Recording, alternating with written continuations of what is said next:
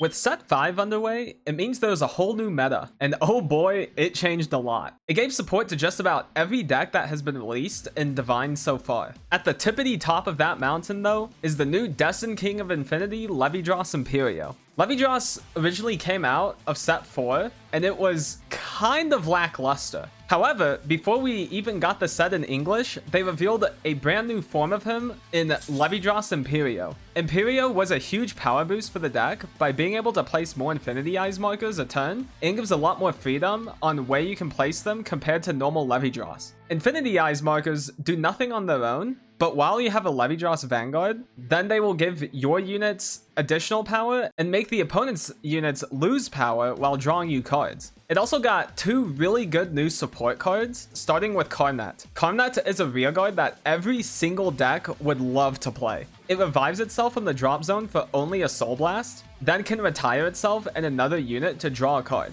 It also gains 10k power, making it a ginormous beater that you can just revive every single turn. And if you thought that wasn't enough, oh man, we still haven't talked about the vile villain, the author of our nightmares. It is the Squirrel. When combined with Karmnet, Foxil, and the Infinity Eyes markers, the deck starts really making absurd numbers. Squirrel is already being 28k into a 33k without triggers, is really crazy. But any triggers you get, you just pass off the power to Squirrel, which gives the deck the capability of hitting 70k plus a turn very consistently. And it will be able to consistently do this every single turn as early as turn 3. These 3 new cards, plus Huli Foxil and Anotagaster from the first wave of support, gives this deck a ton of recursion, draw effects, and power. Levidras has a really strong grade 3 turn, and is one of the few decks that can almost comfortably play going second, since there are so many ways to regain resources after a strong grade 3 turn.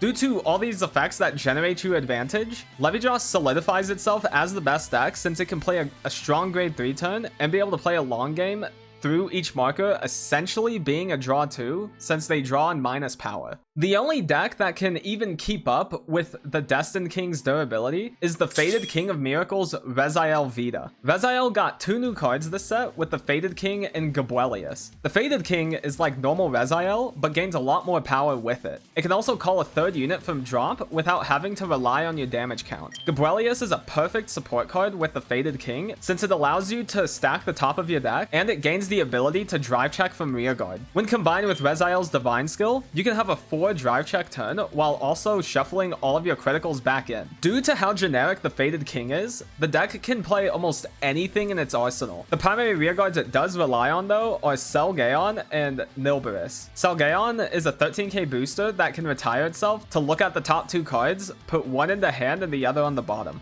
And Nilberis can Energy Blast to go into Soul, draw, and then stack the top card either on top or bottom. It's also a 20k beater whenever you call it off of your Rezael's ability. Both of these cards combined with Rezael's ability to revive your units gives this deck a ton of additional draw power that can be reused multiple times within a turn. It is not unheard of for this deck to end their turn with 12 or more cards in their hand consistently. The one thing Rezael doesn't have compared to Levidras is the strong grade 3 turn. Rezael's numbers aren't nearly as threatening, making it easier to guard through the turn, while Levidras will have attacks that take 2 or more cards to guard. Overall though, Rezael is another deck that can go second and play a very long game due to its ability to compress and draw so many cards. It also will sometimes reach out and grab a miracle to survive turns it had no business of living. Next are the tier 1 decks, which will be strong and popular. First up is Shojodoji. Shojodoji is still one of the hardest decks to play in the format. It is still a very strong pick for players that have invested the time into it. Due to the insane scaling the Kings have, Doji will be leaning more into its aggressive playstyle to try harder to get these decks into lethal range. Doji also has ways to disrupt board states if the King players aren't careful with their pieces, since they will get bound and sent back to deck.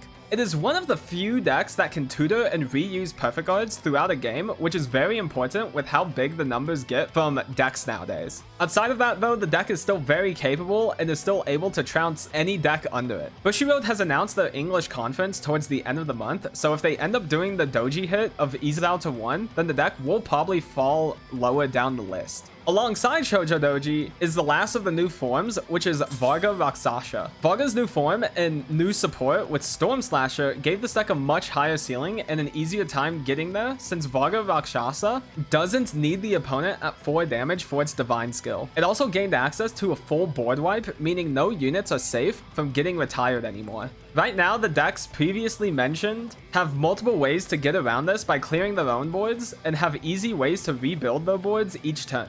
Varga is what we call a scam deck. If a player doesn't draw enough sentinels, or the Varga player hits a well-timed critical trigger on 1 or 2 of the restand turns, it becomes very hard to survive against. If the Varga player also is given enough counterblasts, they can utilize large-scale multi-attacks with Shuri, adding on to the pressure this deck has. If you want to play a deck in this format, where you don't have time to practice certain matchups, or don't think you are good enough to pilot another deck, Varga is right there, waiting to sack some wins. The last tier 1 deck is one of the new Stride decks coming this month in Nightrose. In a format where the 2 best decks are about longevity and gaining huge numbers, Stride decks are naturally able to be played more, since they scale off of having the G units face up.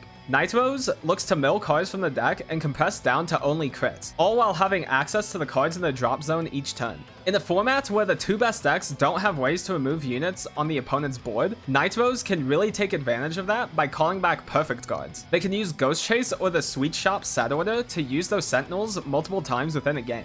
Through many different generic cards in Stoicheia, Nightrose can consistently rebuild boards versus Varga and recur units back to hand with a Largolf Dragon. The crest also allows it to shuffle crits back into the deck, keeping up with compression. The only reason it's not higher is that it does take a lot of time to reach this point, while a lot of decks have very streamlined, strong early games. Running down the next tier is the rogue picks. For older decks that are still good, there is Shiranui. Shiranui has been hit multiple times throughout the year, but the sheer power of attacking 7 or more times within a turn, while scaling with crest power, is just too good to pass up. The power level of the new set 5 decks has finally made a dent in Shiranui's dominant reign all year. They can keep up with all of those attacks and have a very close power level in their offensive prowess. Shiranui will still be stomping through players who aren't careful, however, and could see a resurgence once they get the new promo, allowing them to revive stealth units. Next is Blangdemire, which can actively play into the Kings due to its divine skill shutting off their abilities. This means Levidras cannot use their Infinity Eyes markers, and Rezael loses the healing ability for that turn. The numbers will also match the numbers of the King decks, with a bunch of criticals scattered around the board. Against basically everything else, Blangdemire is fine, but you mainly pick it because it'll generally have a decent time into the Kings. The biggest thing with Blangdemire, however, is that it will lose to itself. It needs things to go right from the get-go for the game plan to consistently win, which is why it isn't higher up. Unlike a lot of the other decks above it, Blangdemire doesn't really have tutoring, so you kind of just have to hard draw into all of your good pieces, or hopefully soul charge into them to call out of soul. Next is Prison, which is a deck that can be very annoying for the Kings since they are using all of their resources pretty aggressively. It is another one of those scam decks that look to one-shot the opponent. If the deck goes first, it's very scary to deal with, but when going second, the power level drastically drops by giving the opponent an additional turn before Pure Light hits the board. Leonorn is still a good deck due to its aggression and large payoff with Vivace. It can get off the ground the fastest, and recently got a card that can tutor for Vivace in set 4. Rosarium Fairy is still a very strong unit, giving a ton of extra power to this deck. Its late game is not as impressive as it used to be, with a lot of other decks catching up to it, but it still has a very strong early game, and is one of the fastest decks in the format. Zorga can also play a fast game. It can utilize Roaming Prison Dragon to push for damage early, it scales well with Binding Orders and having itself give power, and best of all, it can easily recycle Perfect Guards through Shadow Cloak. This gives Zorga the ability to play and pivot to whatever style it needs. It is, however, another deck that can lose to itself due to needing certain pieces, and is also a harder deck to pilot due to knowing board positioning and order management.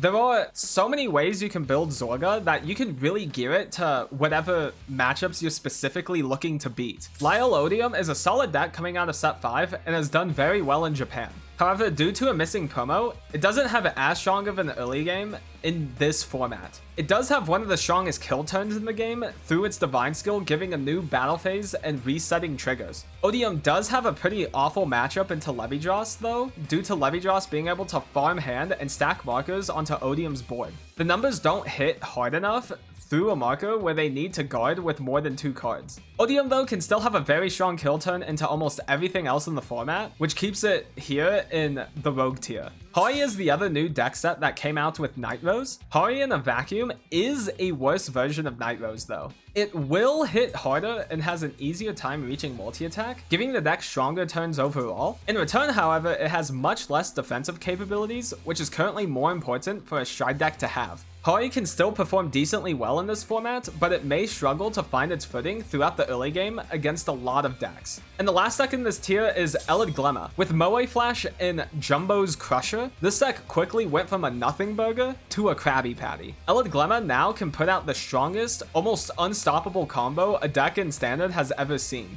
It sacrifices most of its defensive capabilities to be all gas. It does not care what the opponent does, it will win when it hits, and it will lose when it doesn't. Moe Flash gave the deck the ability to set every order in their hand, and Jumbo's Crusher is a critical gaining rearguard for the turn. This means Elid Glemma can restand it and can swing for 3 critical. And Elid Glemma's restand ability itself is not once per turn. So for every 5 different named set orders in your order zone, you're going to be able to restand Elid Glemma and the rearguard that many times. This is another deck like Varga that is considered a scam deck. It will probably not win any event, but it can randomly ruin people's runs and may sometimes top if the pilot is having the day of their lives. And then lastly is tier 2. These decks are still solid in today's meta, but won't have as easy of a time topping due to the matchup spread, reliance on going first, or just power level compared to the other decks above them. And that is all for the tier list. If you have any thoughts about it, or have any input on specific matchups, comment down below. Thank you for watching, like, comment, subscribe, all that jazz, and I'll see you guys in the next one.